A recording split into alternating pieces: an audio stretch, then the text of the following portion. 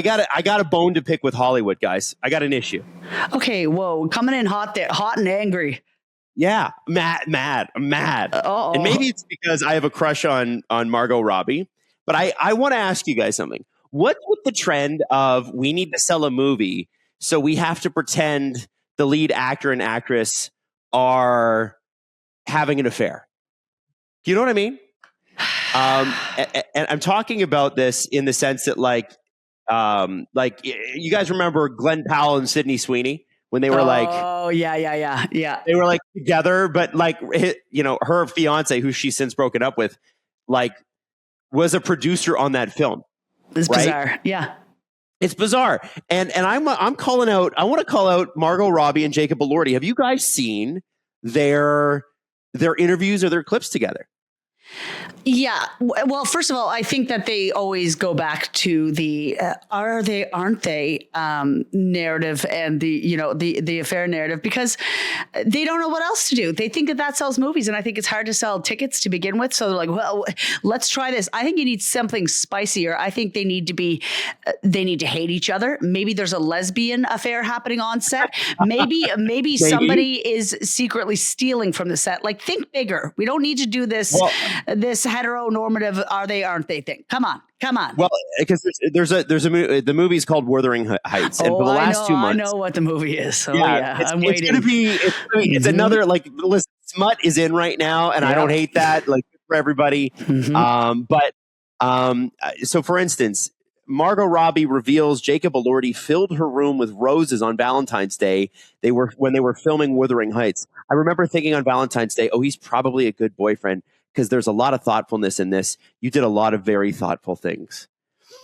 And then the next one I have is when they wrapped filming, she says, I'm so codependent with the people I work with.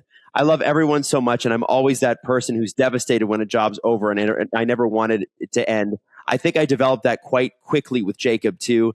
I felt lost, like a kid without their blanket or something. And she said their relationship is a mutual obsession.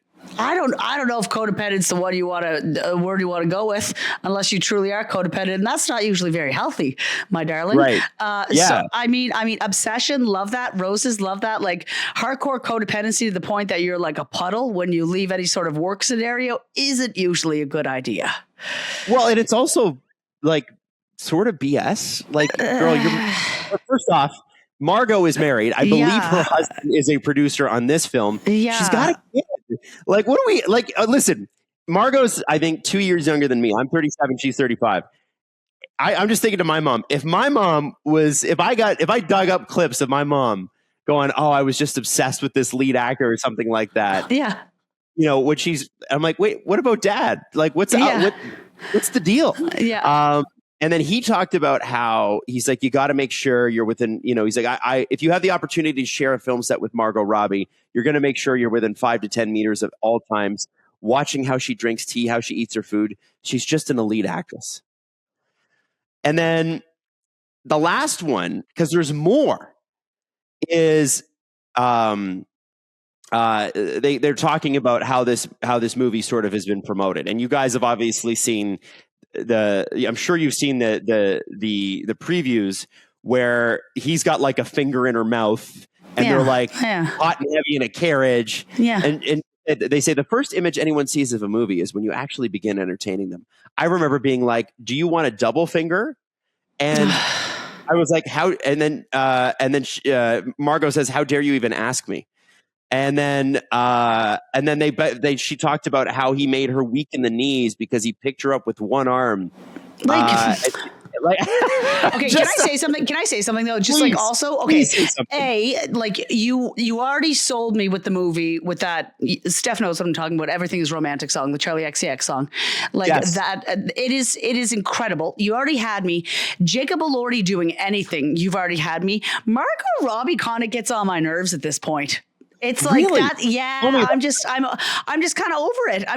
It's like when a movie, you know, when somebody stays at the party too long, that's what some of the press around this is feeling like. And I may be completely wrong, but like I was excited about this movie.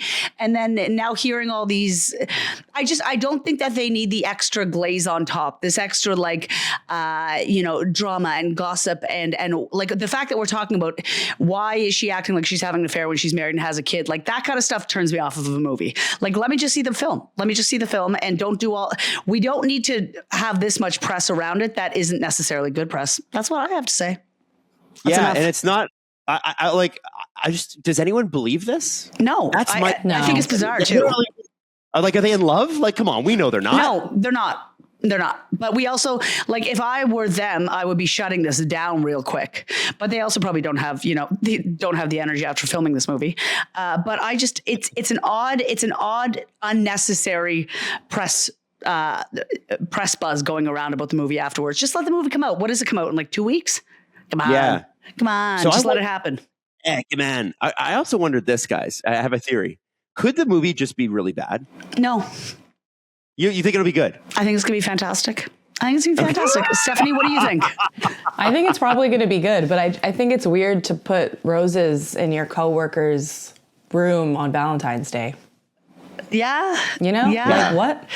Yeah. I'd be pissed if that was if Jacob Elordi was my boyfriend, I wanted to say he'd be a hostage, but we're not going to say that. But Jacob Elordi would know that he's not allowed to give roses to other women. Okay, right, I'd make sure Jacob Elordi knows he's with me.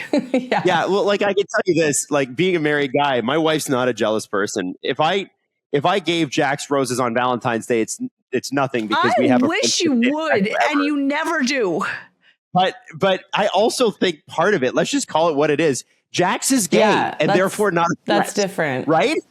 If I did it with Steph, people would be like, that would be weird, really? Right? Yeah.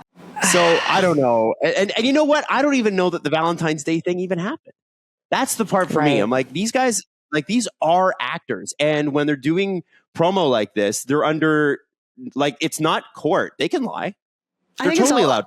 I think it's all bullshit, and they're just trying to drum something up because maybe they ran out. Because a lot of the PR was happening for this film. Like a lot of it was in the summer, a lot of it was in the fall. So it's like kind of running up to the actual release. Maybe they're running dry. Maybe they're running out of things to talk about the movie. Right. So the mutual obsession. I mean, they're both fabulously good-looking people. Yeah. So that's and people kind of like that. Like I think.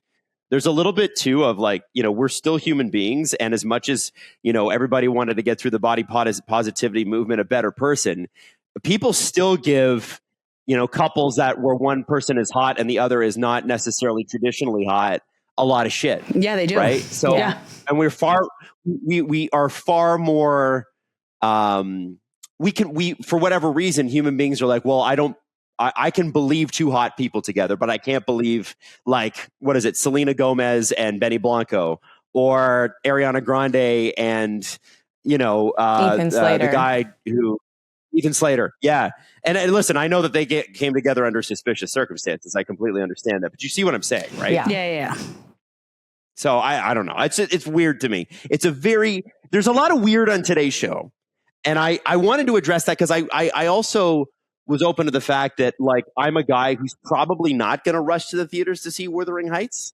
You know what I'm saying? That's a you problem. And I think that you need to evolve. And I think that maybe we could go see it together. I don't know, Adam. Maybe you could be a man.